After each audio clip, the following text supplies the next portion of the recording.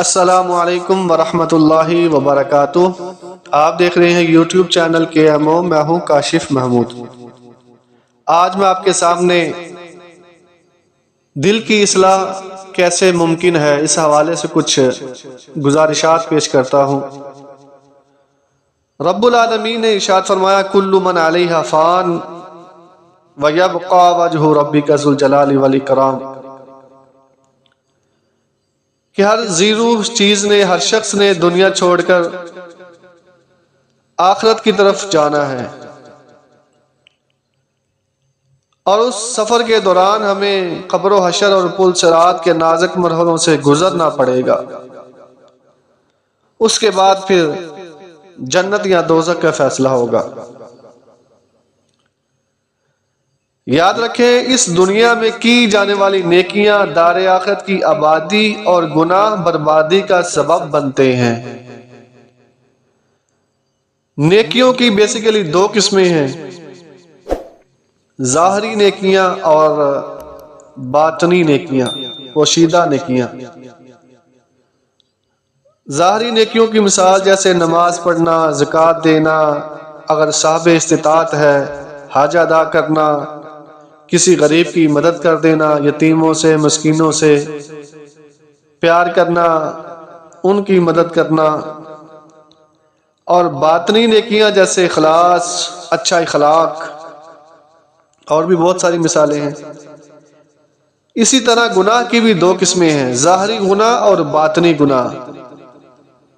ظاہری گناہ جیسے لڑائی جھگڑا کرنا، کسی کو قتل کر دینا، مار دینا۔ اور باطنی گناہ تکبر، غرور، حسد، کینہ، بغض۔ آج کے اس پرفتن دور میں گناہوں سے بچنا بہت مشکل ہوتا جا رہا ہے، اور اس سے بھی زیادہ مشکل ہے باطنی گناہ سے بچنا، پوشیدہ گناہ سے بچنا۔ اور باطنی گناہ کی وجہ سے ہی انسان ظاہری گناہ کر بیٹھتا ہے۔ پہلے اس شخص کے بارے میں دل میں بغض رکھے گا، نفرت کرے گا، پھر جب کبھی موقع ملے تو پھر اسی بغض اور حسد کی وجہ سے اس شخص کو نقصان پہنچانے کی کوشش کرے گا، اور بعض دفعہ تو قتل تک نوبت بھی آ جاتی ہے۔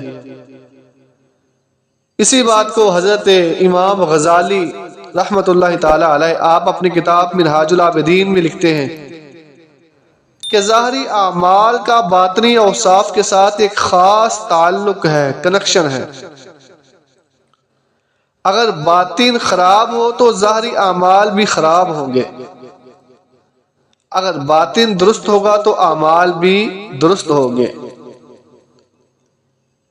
باطنی پوشیدہ گناہوں کا تعلق دل کے ساتھ ہوتا ہے۔ دل ہی تمام جسم کی اصل ہے۔ اگر دل ہی خراب ہے تو تمام اعضاء بھی خراب۔ اگر اس کی اصلاح کی جائے تو باقی سب اعضاء بھی خود بخود ٹھیک ہو جائیں گے۔ دل کی اصلاح بہت ضروری ہے۔ یوں سمجھیے کہ جیسے یہ دل درخت کے تنے کی طرح ہے اور باقی اعضاء شاخوں کی طرح۔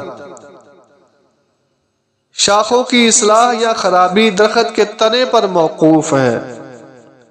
اگر آنکھ، زبان، پیٹ وغیرہ درست ہے تو اس کا مطلب ہے دل درست ہے۔ اگر یہ تمام اعضاء گناہوں کی طرف راغب ہوں، مائل ہوں، لپکتے ہوں تو سمجھ لے کہ دل خراب ہے۔ اسی لیے تو فقراء، صوفیاء دل پر زیادہ توجہ دیتے ہیں، دل پر محنت زیادہ کرتے ہیں اور کرواتے ہیں اپنے مریدین کو۔ دل کی اصلاح کے لیے نماز، روزہ، زکوٰۃ، سچ بولنا، اچھے اخلاق کے ساتھ پیش آنا، یہ ضروری ہیں۔ ورنہ اگر آپ دل کی اصلاح نہ کریں گے تو یہ دل آپ کو گناہوں کی طرف مائل کرتا رہے گا، چوریوں کی طرف مائل کرے گا، ڈاکہ زنی کی طرف، زنا کی طرف، اور بہت سارے گناہوں کی طرف یہ مائل کرے گا۔ دل کی اصلاح بہت ضروری ہے، اور دل کی اصلاح تب ہی آئے گی جب ہمارے دلوں میں اللہ کا خوف ہوگا۔ جب ہم اللہ کے خوف سے ڈریں گے تو دعا ہے کہ اللہ پاک عمل کرنے کی توفیق عطا فرمائے۔